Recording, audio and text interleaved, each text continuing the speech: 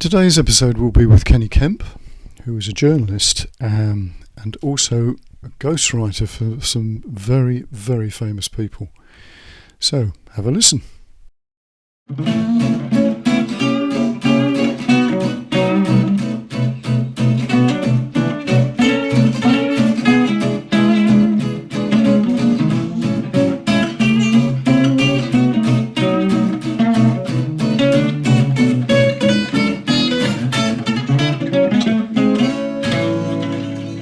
Today I'm going to be talking to Kenny Kemp. Hi, Kenny. Good to see you. Hi, Vic. Nice to see you. It's been a number of years since we were neighbours yes. Kent, actually, in Merryworth, which was a fantastic thing when we were both young guys, and I had as much hair as you had now. So, yes, that's true. So, traditional first question, Kenny. What do you do? Well, I'm a writer. And I've been a journalist since about 1980, although I've been writing all my life, really. And I was a newspaper journalist working with, when I first met you, Vic, I was working on the Evening Standard in London, and I used to travel up every morning at 5 a.m. on the train to get to Fleet Street. But since then, I've had a really varied career as mainly as a ghostwriter, being able to write books for various people traveling the world. One probably best known for Richard Branson's book, A Business Strip Bared, which I was a ghostwriter of. I've worked with likes of Karen Brady. I worked with a rapper in America. We could talk about that later on. Who was DJ Noise, who was one of the first 50 Cent guys, and I knew nothing about rap music until I got involved in that gig.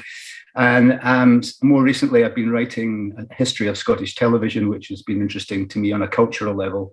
And I've been doing some other things as well. So basically, I've been a writer, and a nosy Parker perhaps is the best way of looking at it. Well, actually, that's the thing that I say about doing this, because it's just because I'm nosy. I just like to know what happens with people. And I think that's good. That's a good skill to have, just being nosy.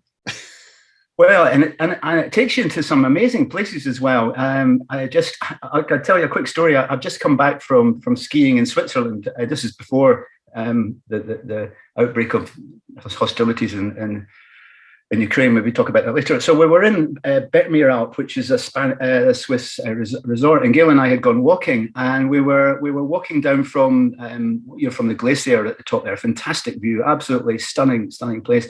We got to a cafe on the mountain, and we were sitting there, and I started speaking to this Swiss guy sitting next to me, and just chatting away. And we talked about music. Actually, started off talking about the fact, and he spoke really good English, and he was telling me that he had been, and I said he just retired, so he was the same age as me. So he's just a bit older. He was 66, and he said he just retired. And then I said, well, what are you doing with your retirement? Because I'm looking forward to my time. And we talked about music. So for about an hour around the table, the sun coming out, we talked about his music and how he played the flute and all the things he'd been doing through lockdown. And then gradually we started walking down off the mountain, and he rejoined us again. And I said to him, oh, by the way, what was it you actually worked at? And he said to me, well, I worked for a company in Switzerland called Crypto AG. Have you heard of it? And I said, not really. He said, well, Crypto AG. He said, I worked in that company my whole life, and it wasn't until the months before I retired that I understood that the whole company had been owned by the CIA. And I said, wow, what a story. Yeah. So I've been following this whole backstory of how does a man feel when he thinks he's working for a company which is a sort of Swiss, a great tech company in Switzerland, and then find out right at the end of his career that it was owned by the CIA. Brilliant story. And that's just a couple of weeks ago. Yeah, that's amazing, because apart from the fact it's all the sort of crypto stuff. Yeah. I think there's a lot of stuff that people will be shocked to know who is sort of sitting, behind the board of directors. And I don't think it's an isolated case that you've got, we'll just say CIA, but it could be other things. We won't go down that rabbit hole for the moment. No, we don't. We might pop back into it a bit later. For me, it was interesting to know how it felt like as an individual. Being, I said, you must feel really you let down, and he felt, he felt he's working for a Swiss company in a neutral nation that was making products that were sold around the world. And I realized that the CIA had secretly bought the company and managed to put inside a special algorithm, which meant that they were able to listen in on countries around the world. So that's the story, and that's the point. Is you just walk around and you meet people, you bump into people, and if you're open to learn, if you're open to listen and ask funny questions, and then just get on with people, you're right. They tell you the most amazing things. They do. I mean, just before we pressed record, I was saying about some of the strange things that happen on the podcast when I talk to people about their so-called lucky breaks, where they seem to fit a pattern of this sort of something happens completely out of the blue that is so weird, and improbable, and it seems to be the thing that makes the change. So I was saying to you, this is only one instance which I've quoted before, but a guy who was coming off a tour, had no work, was in London, bumped into a guy who he hadn't seen for ages, who lived in Hastings, which is where this guy was living. So just in the middle of London, literally bumped into one another.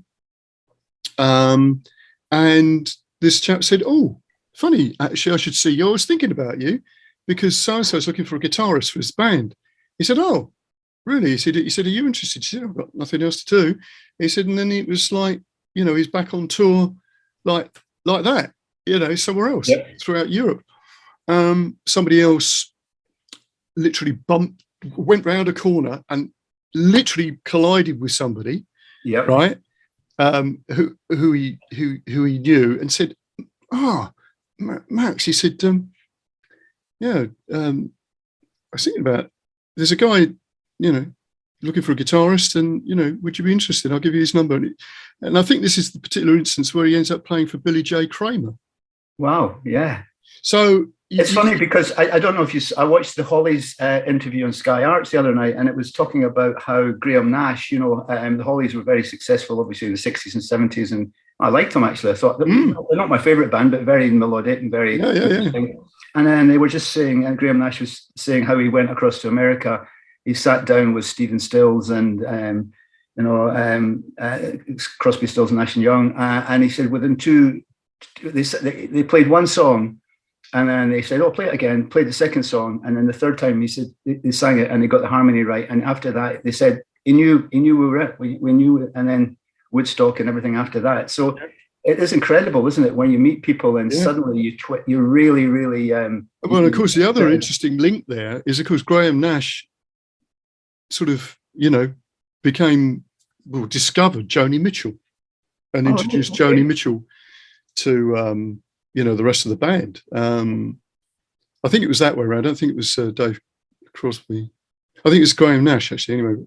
Yeah. But, so, yeah, I mean, you then start looking at that and going, okay, would that mean that, Joni Mitchell would have just been a folk singer in Canada somewhere or whatever, and that was it? Don't know, do you? Well, that is, you're right, it's that serendipity, and that's one of the words that's always been one of my favourite. I know it's a bit trendy now, but when I started out in journalism in 1980, I was at training college in Newcastle, postgraduate college at Newcastle, and there was a guy, it was called the Brownlee Academy, because the guy who taught it was John Brownlee, a former sort of hard-nosed journalist. And one of the things he talked about for journalists, he said to have benign plausibility and light cunning. And I think that's been the funny thing about, keeping an eye open for ideas and listening to what's going on and trying to take an interest in the world and trying to overcome the fear of change, I think, which is really, even now, you get to a stage where you think, oh, well, come on, I can't be bothered doing that. Technology. I mean, I felt it the other day when here's Sainsbury's and Waitrose trying to tell you to take on their app so that you can get your points and all that sort of stuff. And I'm thinking, do I really need to do that? Oh, wait a minute. It's just another device to sort of grab your details. Totally. So let's take you back to the sort of early days. Were you always interested in sort of reading and writing, or? Yeah, I think I was. My father was a journalist, actually. He was a sports journalist on the Scotsman in Edinburgh. And I when I was at university in Glasgow, I was editor of the newspaper there. And then I actually sort of dabbled a lot on student telly for a while. And I did, way back, I went, after going to Newcastle, I went and worked in Aberdeen. And then working in Aberdeen, I was sort of trialed for the BBC on TV, but I didn't have the face for it. And also, I found it very hard. I think you have to think very quickly when you're on television and you're in front of a camera and there's scripts coming and all sorts of stuff, and then you're moving. I mean, I have great respect for some of the presenters, who are doing this big job just now from the Ukraine. Yes, it's not an easy job. They make it look easy, but they do make it look easy. I interviewed John Bryce. Yeah. Do you know John? I know of him. Yeah, but I don't know. Yeah. So he was sort of saying about. I'm trying to think, was the big story that broke for him that got him, established within the BBC, because he was sort of working as a sort of roving journalist, I think, and then. It was one of the bombings. I got a feeling it might have been the Horse Guards parade bombing, or perhaps it's not the one. Yeah. Anyways, but he was in the scene at the right time, and he just had the job to do. And he said it just turned out that it was faultless. It said it was just the way it was. I got in front of a camera and I was, there, and I could give updates and all the rest of it. So he said, and that was it really, because once you're there and you're established. Yeah. And then they obviously went on and did all sorts of things. But yeah, I really get that sort of thing of, journalism's a complicated thing from an outsider's viewpoint, but then to stand in front of a camera and be able to deliver. Exactly. Sort of point perfect, really. No, I realized it wasn't really for me. So I decided to go off and be more a writer and try and work on the words, work on the actual script, the writing side of things, and develop my own writing over the years. And I think I'm still learning. I'm still trying to keep it going, still trying to keep the actual communication of words and language, and always trying to pick up on what the new terms are and decide whether I think they're relevant to the writing style that I have. But just on that, it is a matter of, I worked for Scotland on Sunday just as a casual back in the 90s, and all the guys used to finish the first edition and then go off to the pub, which is a tradition in a lot of Sunday newspapers. I was sitting there with my sandwiches, and a news flash came through that there'd been a bombing in Northern Ireland, and it said that it had been in this Grayscale's bar in Northern Ireland. This is one of near the end of the Troubles, really, in some ways, which almost led to that. And I was just there on my own. There was looking after the desk, and I quickly got the phone book out. Remember them? Got the phone book. Yeah. got the address of Grayscale's pub in Northern Ireland. Phoned them up and got right through to the guy on the desk. And I said, "Look, what's happening here?" And he said to me, he says, "Oh, it's terrible. It's really terrible. This guy's just come in and with a Kalashnikov. Guys have come in and they opened fire. They shouted trick or treat," and then they just blasted the whole place off. And I said, "Well, what can you describe what's going on?" And he said, "Oh, it's just bodies all over, the blood. It's terrible. It's really." I said, "How many people do you think have been hurt?"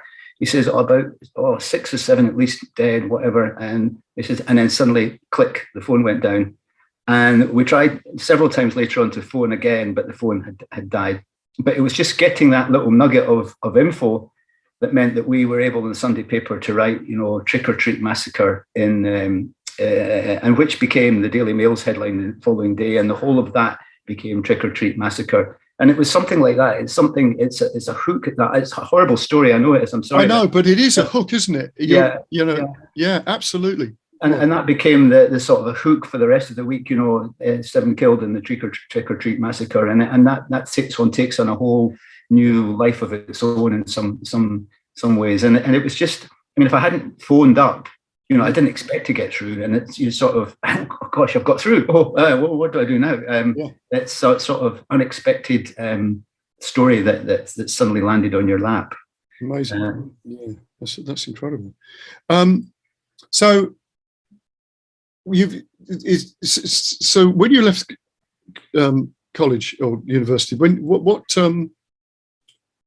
was the next thing you did? Was it this particular Sunday paper that you were working I worked in Aberdeen for a number of years, and then I came down to London, and that's when I met you, Vic, when we lived, and I worked on the Evening Standard there, and I worked there for a while. I worked on, I don't know if you remember, the Evening News for a while. There was a London newspaper where I was chief sub-editor there. Then I came back up, and I was on the Scotsman. Came back up to Scotsman. That's just after we left you guys, and then I was foreign editor there. I was involved in the foreign pages when the Berlin Wall came down. Oh, right. Yeah, so I went over to Russia, and I was over in Hungary for the very first free elections. I actually touched down briefly in Kiev, which was quite funny. I was just recounting that. And it was a really exciting time because we did feel that the world was changing, and here we are again at a different juncture.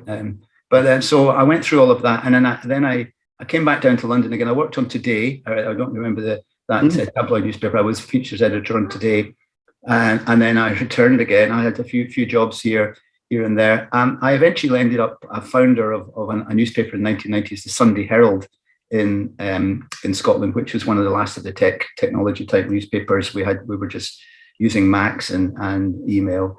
And I worked on that until 2003, and where I was asked by a woman called Barbara Cassani. And again, this is just, Barbara Cassani was a woman who set up Go, the low-cost airline, which is part of British Airways. Yeah. So I recognise the name, I just couldn't place it. Well, Barbara asked me to write this book. Yeah, this is the book we did, which won, it was Business Book of the Year in 2004. And it was great fun working with Barbara. I'm still in touch with her. Fantastic. I mean, I met her in London. We were in Victoria Street in a cafe there in Starbucks. And she said, look, and this is after her story. And her story, basically in a nutshell, was she had been working for British Airways. She was asked to set up a low-cost airline to take on EasyJet and Ryanair. She was given some money to do so. She eventually bought the company out for 110 million. And 11 months later, EasyJet bought the company for 374 million. So she made herself about 12 million pounds. But not only that, and the great thing about the story was every single one of the 700 people that were working at Go at that time had at least 1 year's salary, which changed their lives, And so that's the great story about that. So we wrote the book. It won Business Book of the Year. And Barbara had said to me, have you written a book before? And I said, well, I've never written a book. She said, well, I've never written a book either. Let's work together. So we just worked together, and it turned out Barbara went on to become the head of the London Olympic bid. I don't know if you remember that. Yes. She was the original Olympic bid. Yes. Person. Yeah, before Seb Coe took over. So Barbara traveled around the world trying to get and she was American, and she was a woman, which wasn't great going for her at that particular time, because back in 2003, 2004, the key votes for winning the Olympics were votes from Arab countries who were pretty much ill-disposed to women, and particularly American women. So it was decided that she was not really the best person to go out to try and win the votes for London.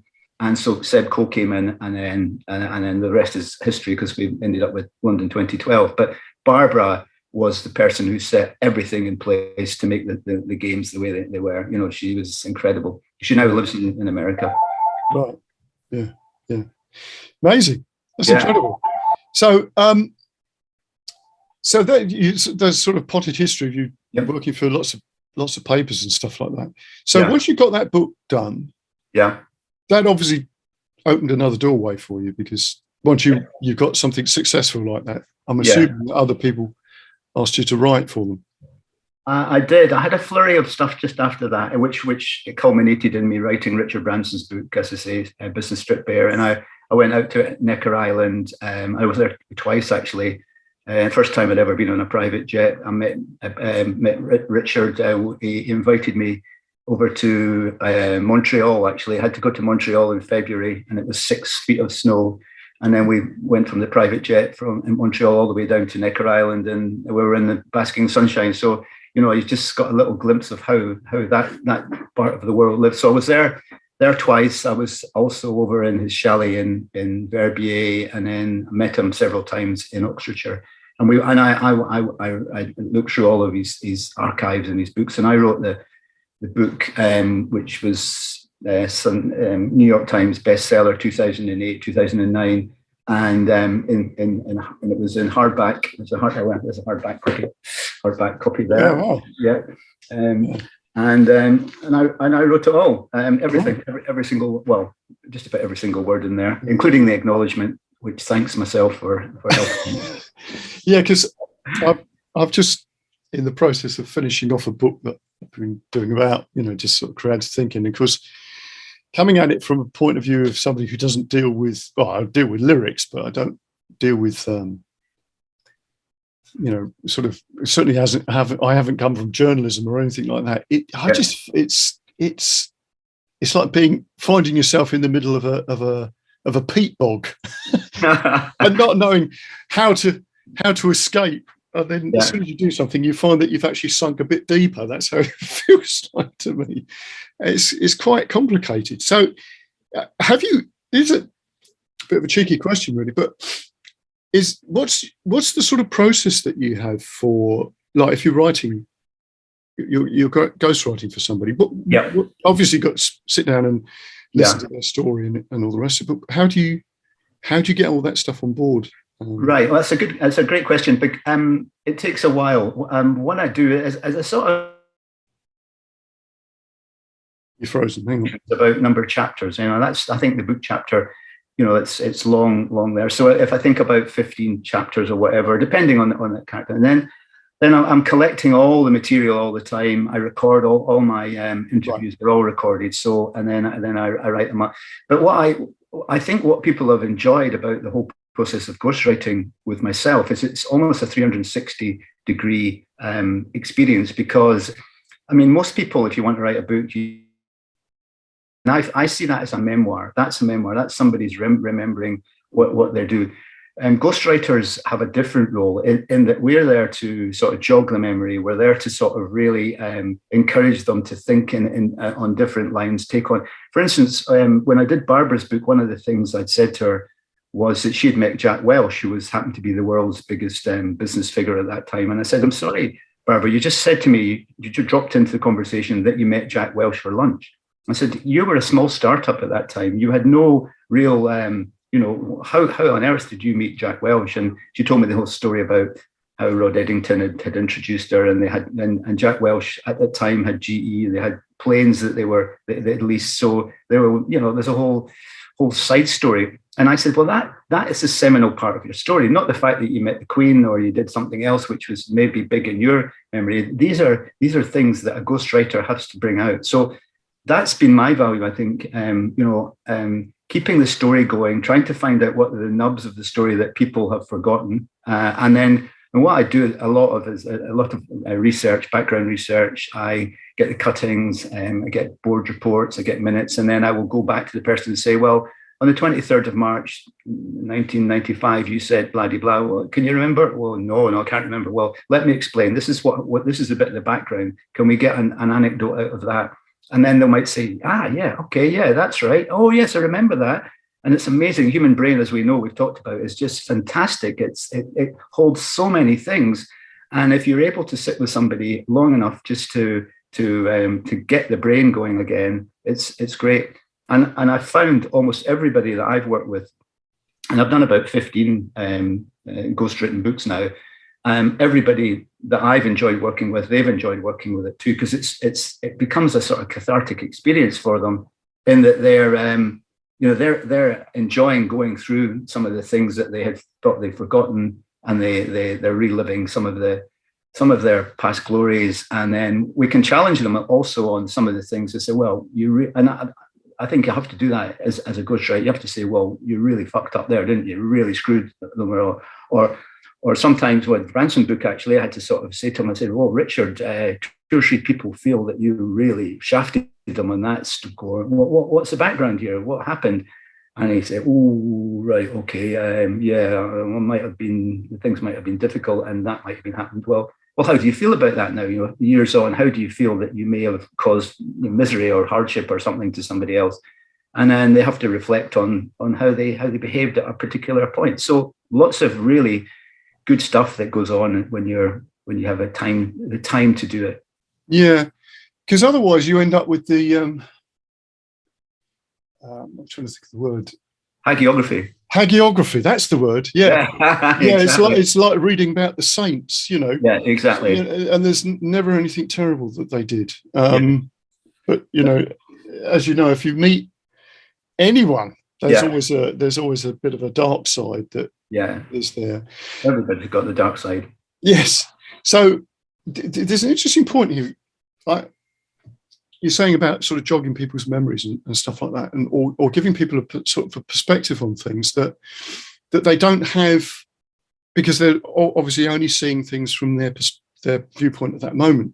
Yeah. And of course everybody does this, but there's a little thing that's sort of come up in conversation previously about artists not being very good at being able to spot their best work. This is quite a consistent thing. Wow. So, as an example, in the world of music, and I've sort of mentioned this before, but sort of Billy Joel obviously really became famous because of Just the Way You Are. Yeah. He hated that song. Yeah. And it was Linda Ronstadt who said, that's the best thing that you do. And he and the rest of the band were like gobsmacked, because they thought it was just a bit twee. But that carries on going. Apparently, it was Miles Copeland who suggested that Roxanne should be the single, because they didn't think it was that good. Yeah. The police didn't think it was that good. And the other classic one was Samba Party, Santana. Yeah. They all hated the song. They didn't think it was that good. It was just a rather cheesy little melody, and that was it. So I think it's interesting that it takes somebody from the outside to come in and, as you say, sort of provoke a different perspective on something, and also be able to convince somebody that they should actually consider a point. And that's a skill in itself, because you could go in and say something like that and they could just go, not interested in saying that. You've got to be able to convince them to think about that point. And then sort of inhabit that thought again, because it is a case of bringing that thought back, isn't it? Because a lot of those people, like you're saying, they probably push those ideas out of the way, because they don't need to consider them until you make them consider them. I think it's quite a skill, actually. I wouldn't say that I've been 100% successful all the time. No, I didn't say that. I think sometimes, it is pushing things and knowing.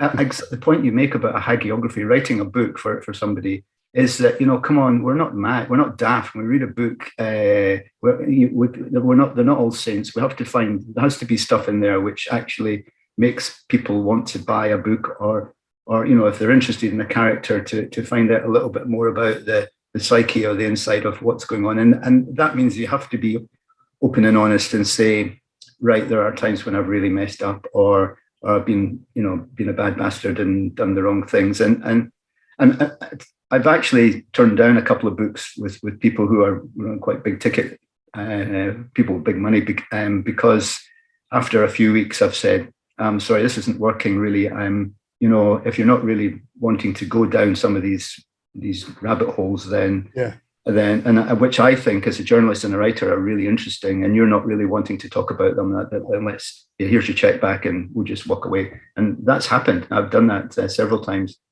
That's interesting. I did a couple of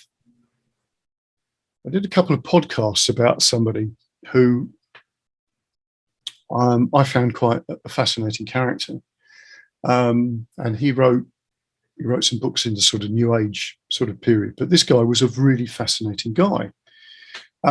but again, like a lot of these sort of characters, he was very unusual, and and could be quite awkward and difficult to get on with, at times. And I didn't know him particularly well, but I knew, a bit, and sort of recorded a song, stuff he'd written some lyrics for and stuff like that.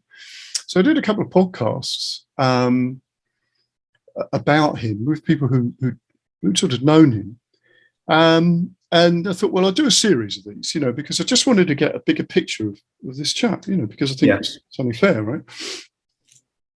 So I was sort of 2 in, and then I contacted a couple of people that knew him, was quite close to him. And I just got this email back from one of them saying, like, well, it was not threatening, but not far off it. It was a little bit like keep your nose out type of thing. Yeah. And I thought, that's interesting, because this guy's got nothing to do with, it's just your opinion. And I thought, well, is it, and at that point, because I had a load of other people lined up, it was a bit like, okay, well, I'll just put that to one side for the time being. But that's the first time I've had anything quite like that, where, and it wasn't even the person himself, and it wasn't even a member of the family. I'd even interviewed a member of the family, and they were very open. But it was just like people have an idea about somebody, and sometimes they don't want that image to be tarnished in any sort of way. But it's not. It's like saying, well, these people are human. Well, I think it's a really interesting one, and I love the podcast, because I think freedom of speech is still one of the great assets that we have in our society. And people do seem to get hung up about little snubs that are seen as being really, people have got to accept it. And having been and written stuff in the past, which has taken, the major banks, litigating against some of the stuff I've written or whatever, or other things, it's time consuming, and it's not nice. You don't sleep well at night when you've got a big litigation on you, pressing against you for something that you've written. And then there's ways of dealing with all that. But I think, freedom of speech, of being able to say things about somebody or something which is not insulting, but can be critical, it's a fine line, obviously, but it's really important that we do that. And I think by what you're doing with the podcast is you're exploring that as well. You're allowing people to say things and speak the way they are without scripts, and I think that's, this is the future in some ways. I think it is, because we've got, we've sort of stumbled into a culture where people are beginning to become frightened of saying what they think. And partly it's because, and I was saying this to a chap the other day, in the past, a lot of the sort of conversations were the type of thing that would have been said at the pub. And there would have been, 2-3 other people would have heard that conversation. And that's as far as it had gone. And those people who heard the conversation would have known you and thought, well, if somebody was a complete radical or something, they'd just think, well, that's just what Bob thinks, That's Bob, Yeah, exactly. That's as far as it goes. But now, of course, you could have Bob on Twitter. And then, Bob could get himself into a lot of trouble just by saying what he thinks. And it's like, well, everybody's irrational in a way. All of our decision making comes at the end down to this sort of gut reaction of whether we think something's right or not. Even sometimes when the evidence points in the opposite direction, but your gut feeling is, and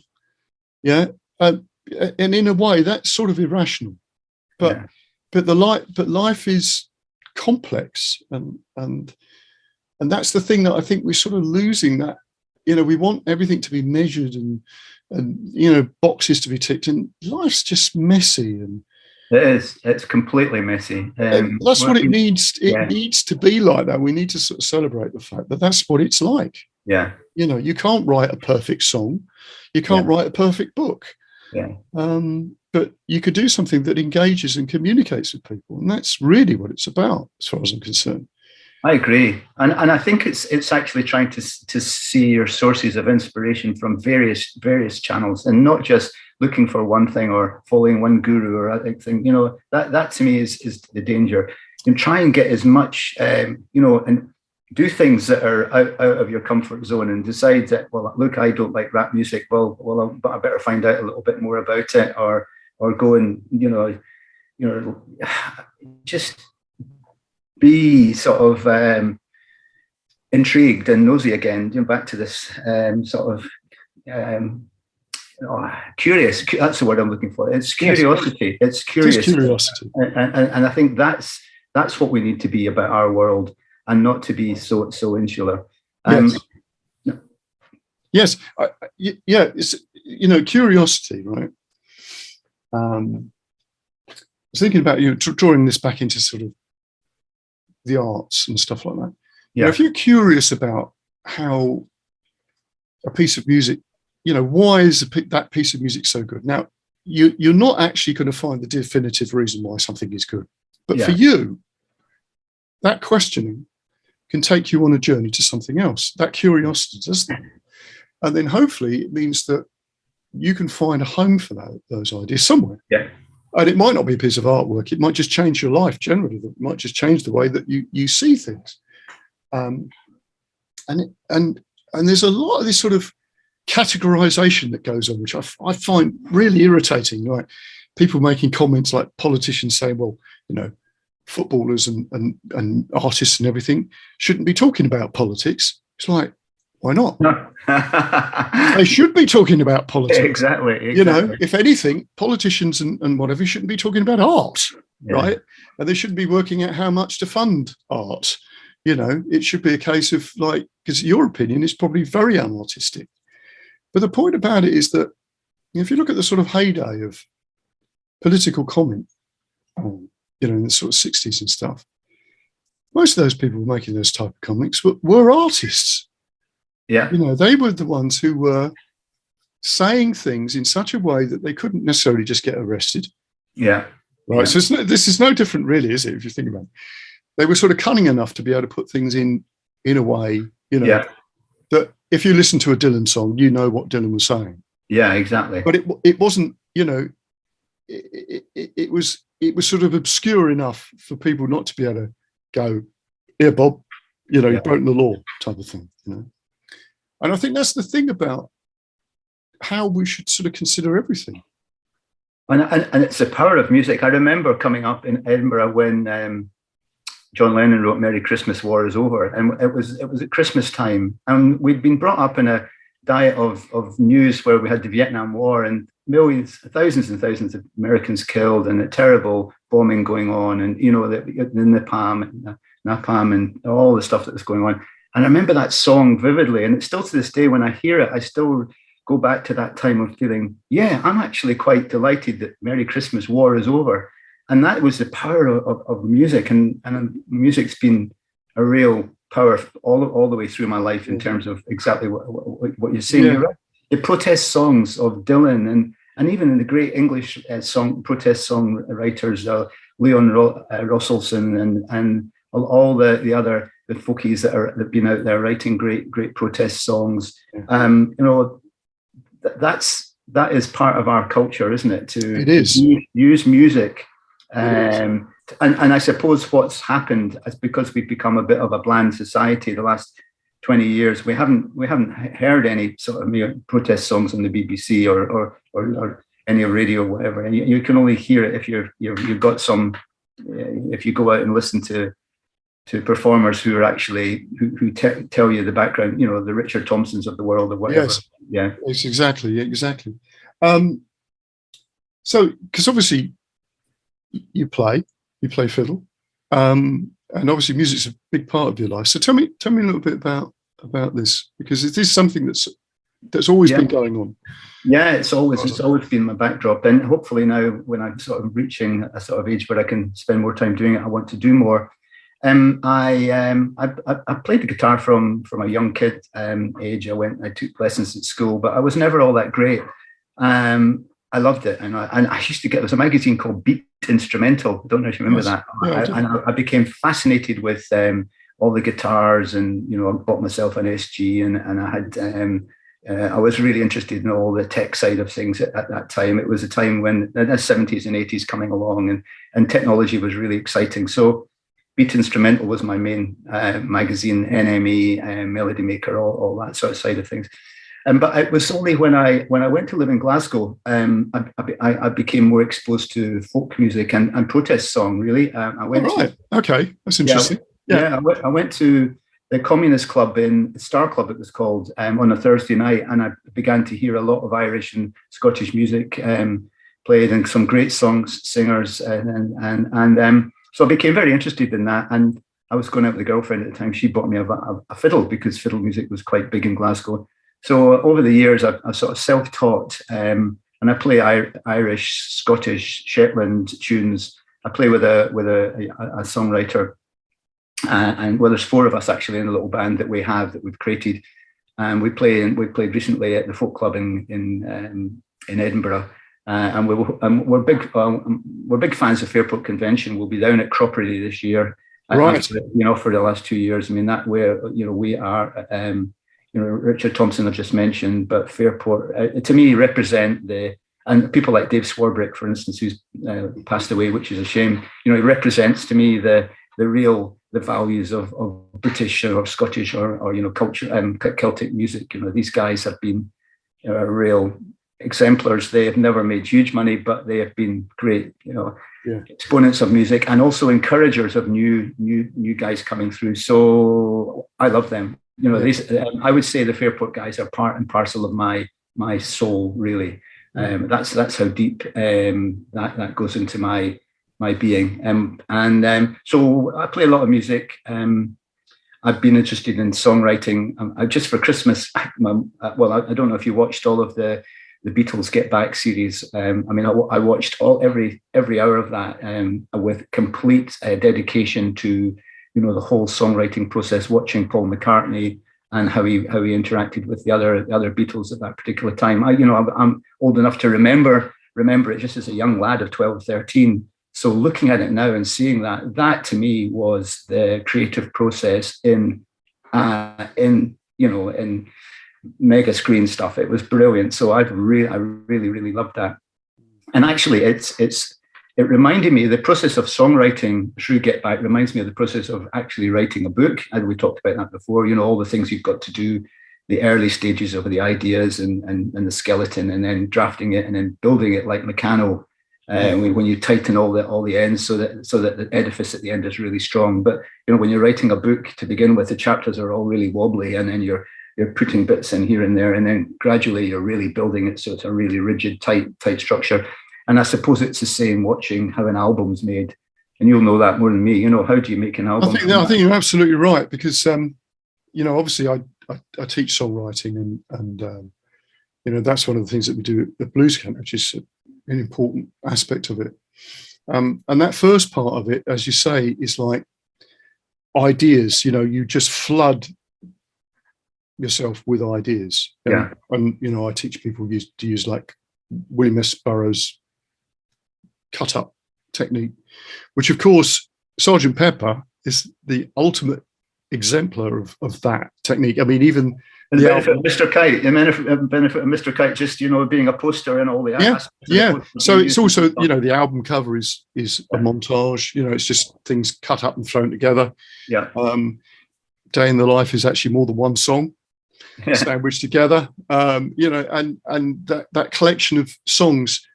It seems like it's some sort of concept album, but of course it isn't really. It's just like because of the way it's been put together, it appears that those songs sort of go with one another.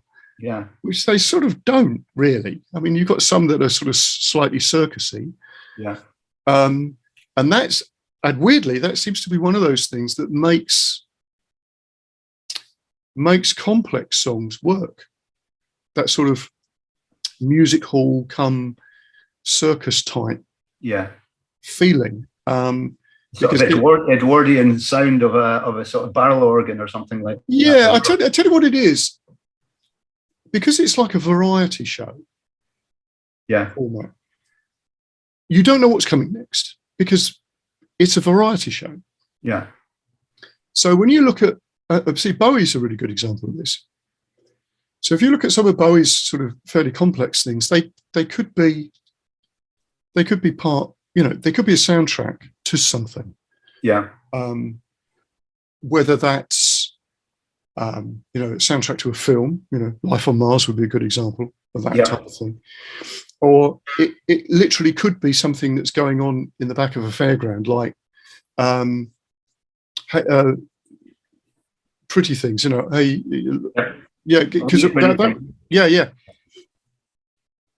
because Peter Noone did that as a pop single.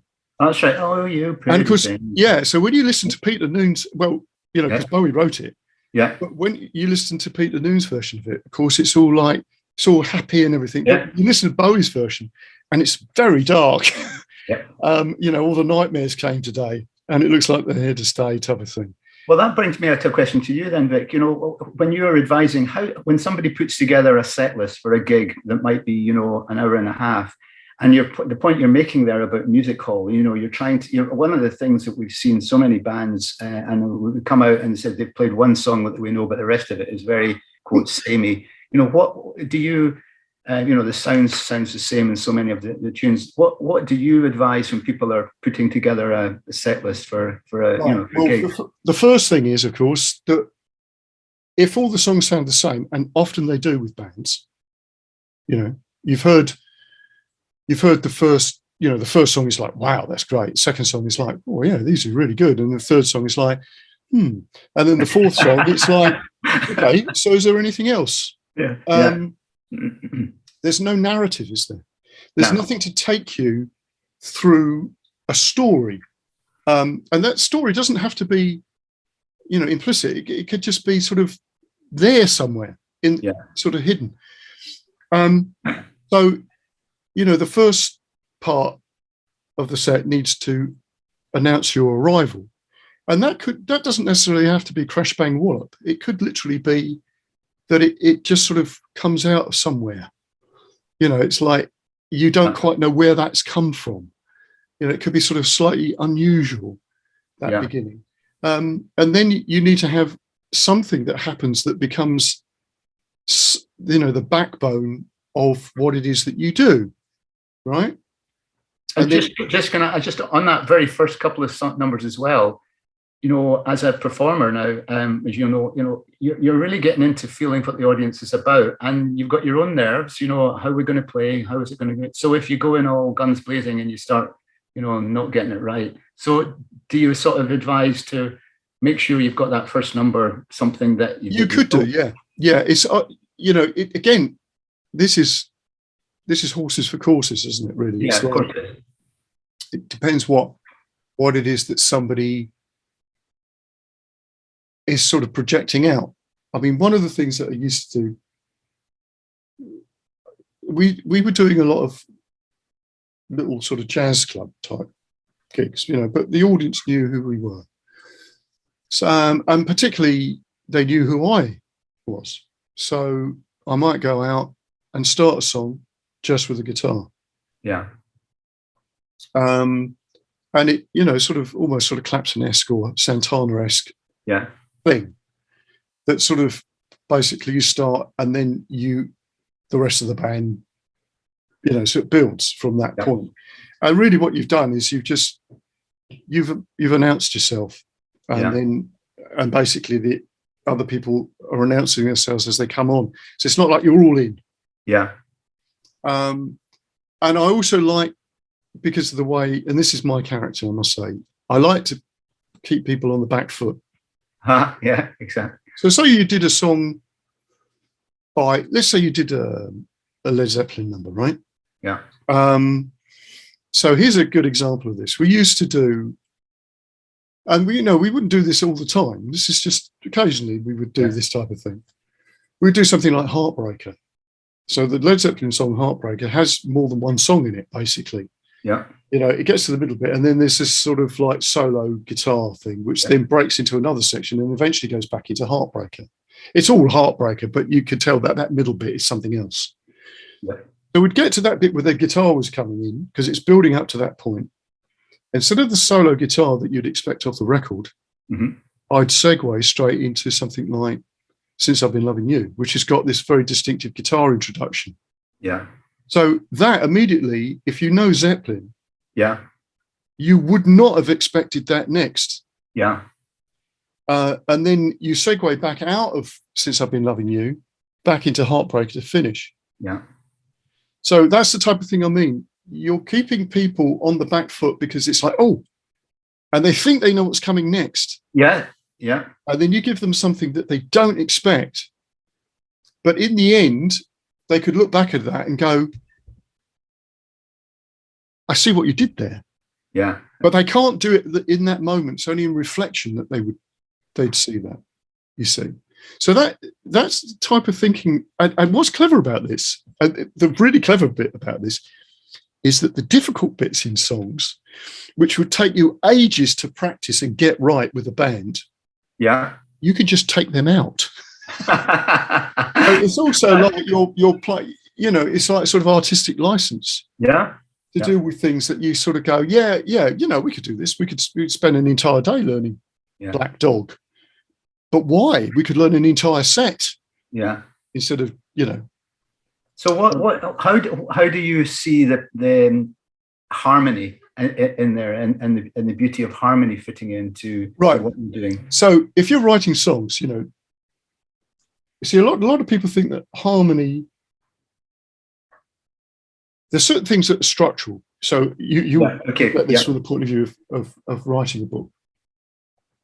So, okay, all of these things I'm going to say, the caveat is these are true until they're not.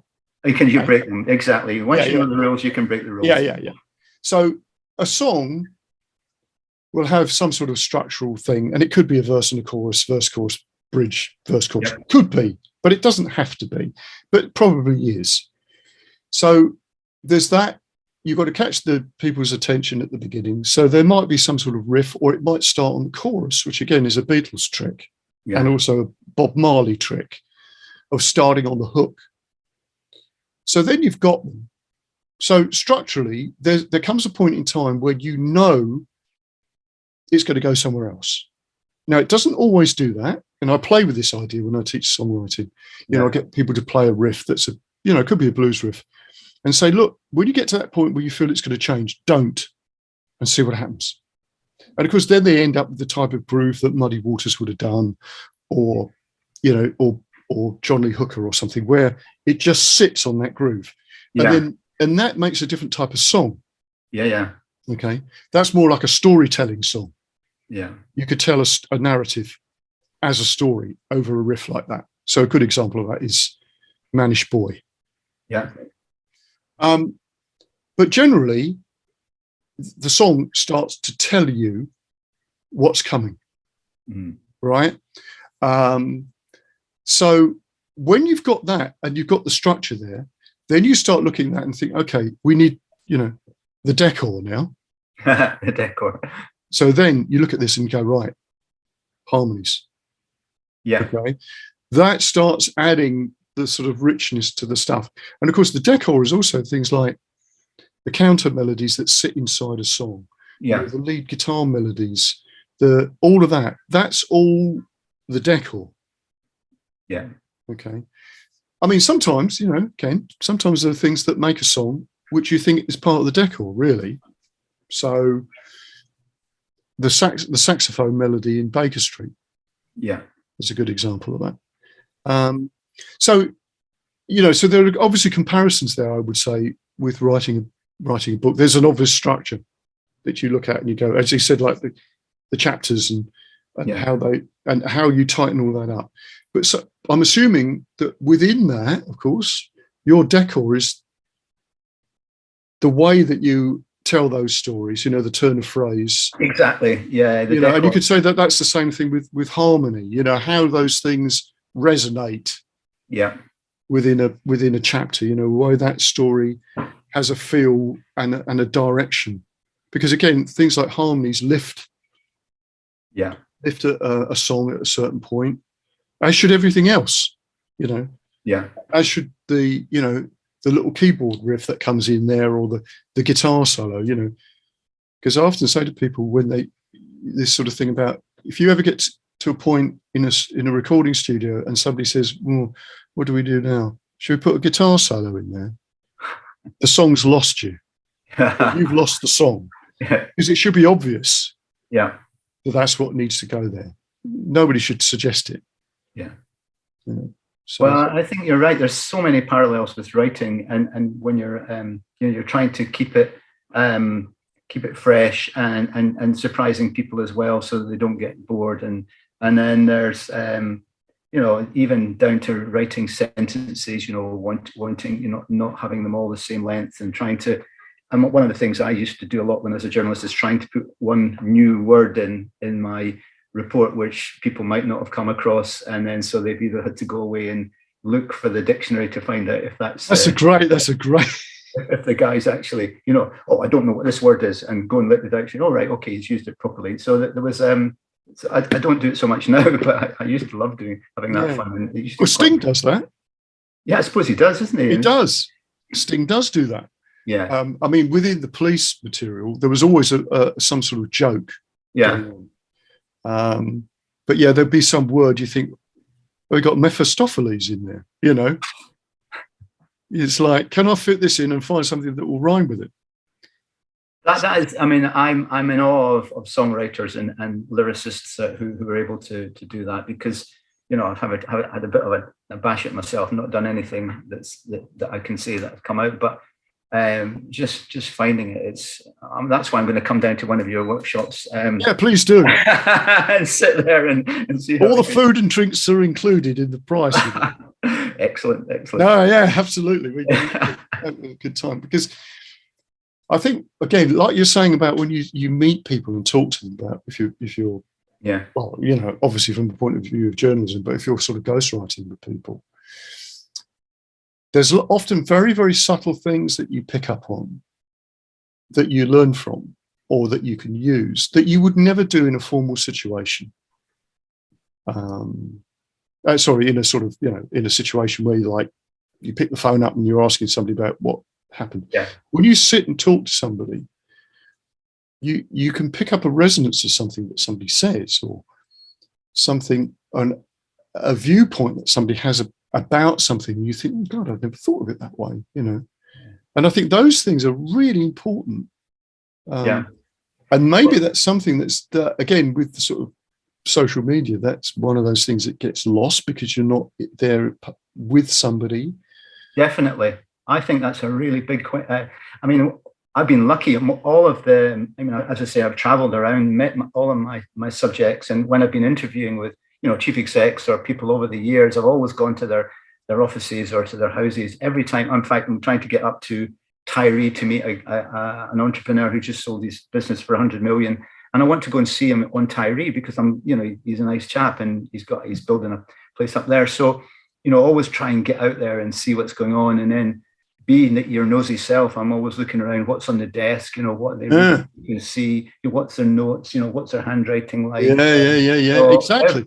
It's like being a detective. Around my messy floor here. There's all sorts of bits and bobs. And I've been a compulsive diary writer since I was about 7 or 8. I've still got the diaries that I collected, and it might just have one thing, went to a football match or something like that. But I've kept diaries for all that time, and these are really, really handy things to know and to use, because I can look back when my memory is not great. I say, well, what was I doing? And I probably got you in there way back then. We were out for a fish supper or something in Bromley or something, like with Vic and the girls. But these are really important things for people to have. And I think what technology's done is with our photographs and everything, it's all on, it's all there. But I would encourage people to try and sort of pull that all together, so you've got your own archive, your own personal archive of where you were and what you were doing. Because I think that's really, really important. I mean, from a creative point of view as well, I mean, obviously that's what you're suggesting, but I mean, from a songwriting point of view, I remember seeing something, Neil Gaiman talking about keeping a notebook, and it's a physical thing. It's not things on a computer. It's a book with a pen. And he would write he's like, oh, I'm sitting in this cafe. This is really interesting. It's got these really grubby tables. And he would describe the table, or the person, serving the coffee, and there's some sort of, motel diner type of thing where he's doing a road trip. And those situations then end up in a book somewhere along the way, because it's like, well, what's it? Instead of trying to imagine it in your head, if you can go back and read that again, it's like you're saying with that early part of this conversation, when you start talking to people, and saying, so what happened when this, how do you feel about that? And they have to bring that back. Yeah. Well, what can I tell? One of my stories, it sort of fits in with a lot of things about determination and going off to and curiosity. Way back in about 2006, 2007, I ended up writing a book on space tourism, and this was just this is probably what got me into the Branson gig. So I wrote a book about Virgin Galactic, and this is 10 years ago now before. And I wanted to go out and see where the new spaceport in America was. So I flew out to, I'd been commissioned to write the book, so I had a commission to do so.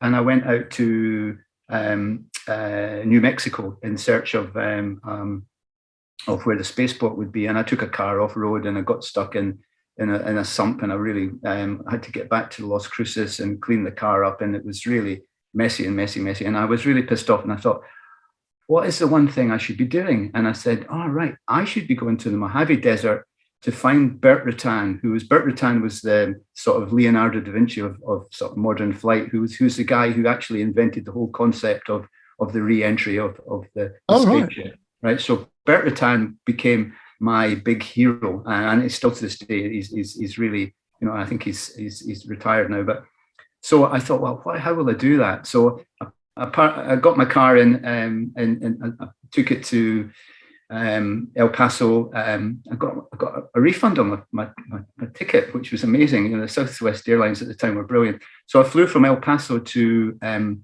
left Vegas, and then I hired a car in Vegas, and I drove all the way through the evening to get to the Mojave Desert and a little town, the town of Mojave. It was a Sunday night, and I arrived there. And by this stage, it was about 6 o'clock and everything is closed up. And I went along the flight line beside the airport. It's very dark. It's got a desert area.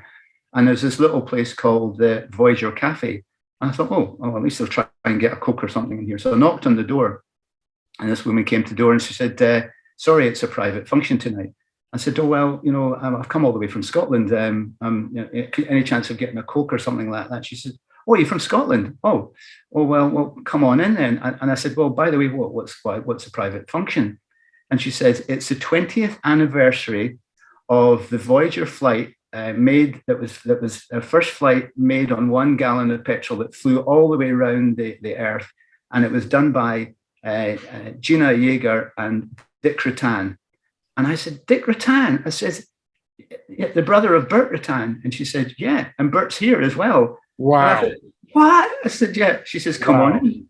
So I went into, and Bert Rutan's a recluse. He doesn't do interviews. He's never done an interview. He had never done an interview for any of the major space publications. He's a very reclusive guy. Anyway, so I was in there, and here it was. This is the last day of their reunion for the anniversary of flying around the Earth, and they were telling great stories. And they were deciding to have a raffle to raise money for a new museum that they were going to have there to celebrate the Voyager, which is actually in the Smithsonian Museum of Flight, right next door to the Spirit of St. Louis. So this is how big this flight is. So I was there, and I said there was nobody bidding for any of the prizes, which included a T-shirt, which had been in space, and some badges and stuff. So I put them on my handy up, and for about $100, I got all of this stuff. And I went up to collect my prize. And the woman who was ringing, she said, oh, this is Kenny from Scotland. He said, but he's not here to this. He's here to meet Bert. And Bert said, oh, is he from Scotland? He said, yeah. And he said, does he play golf? And I said, well, I'm not really good at any golf. And he said, oh, well, I can't remember what happened. And I said, well, Bert, it would be great if you were able to have a chat with me. He said, sure thing. So after the raffle, we went over, and I had my tape with me, and he gave me a 30-minute interview. And I said, Bert, I only want to ask one question. If that's okay, I'm only here one question. My question is, what was it that what gave you the inspiration to invent a vehicle that would re-enter in from space without burning up? What gave you that inspiration? And he said, well, actually, I'd been watching a sycamore leaf fall from a tree. And the sycamore leaf, when it falls from a tree, it falls like that. And he said, I said, that sycamore leaf, what it's doing is it's cutting its speed down as it's coming down so that it can filter off.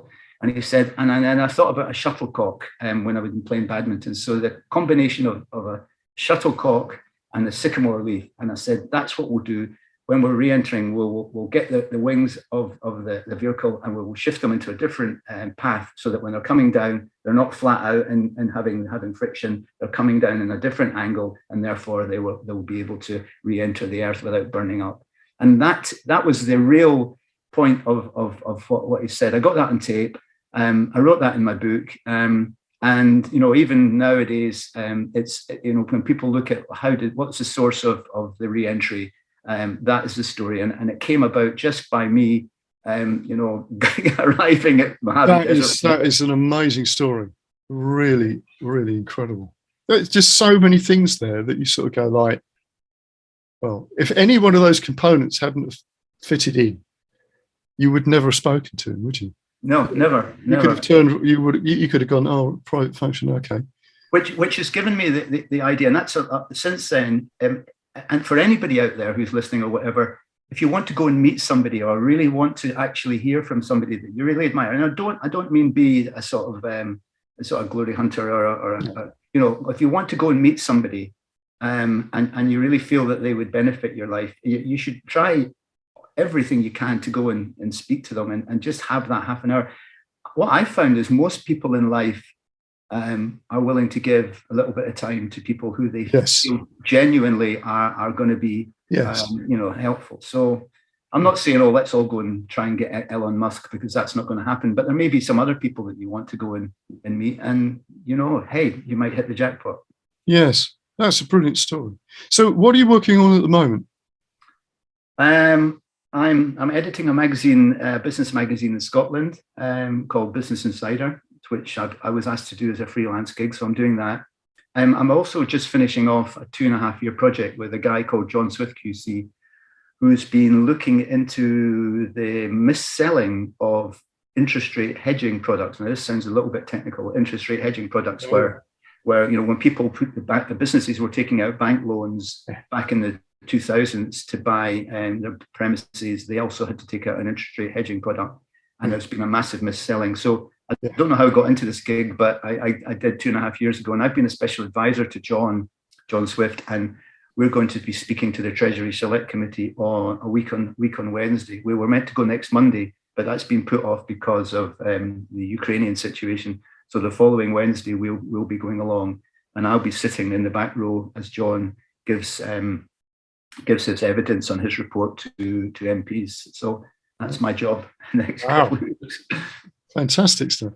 Well, yeah. Kenny, thanks. That was so brilliant. I mean, I knew. It's great to see you. It's absolutely great to see you, Vic, and I'm looking forward to coming down. And I'd love to see you, and I love to all your kids as well. And you're somebody who's great character, and we love you dearly. That's very kind. That's very kind. That would be lovely to see you. And it was great chatting. Really good. Cool. Okay. Right. Great. So. Don't disappear. I'm just going to say goodbye now, but we'll say goodbye probably after I've turned the recording off. Okay. See you soon. That was great. I haven't seen Kenny for years. It's great to catch up with him. And obviously check out the stuff on the show notes. There's so many things that Kenny has done. Great journalist, great writer. So until next time, see you then.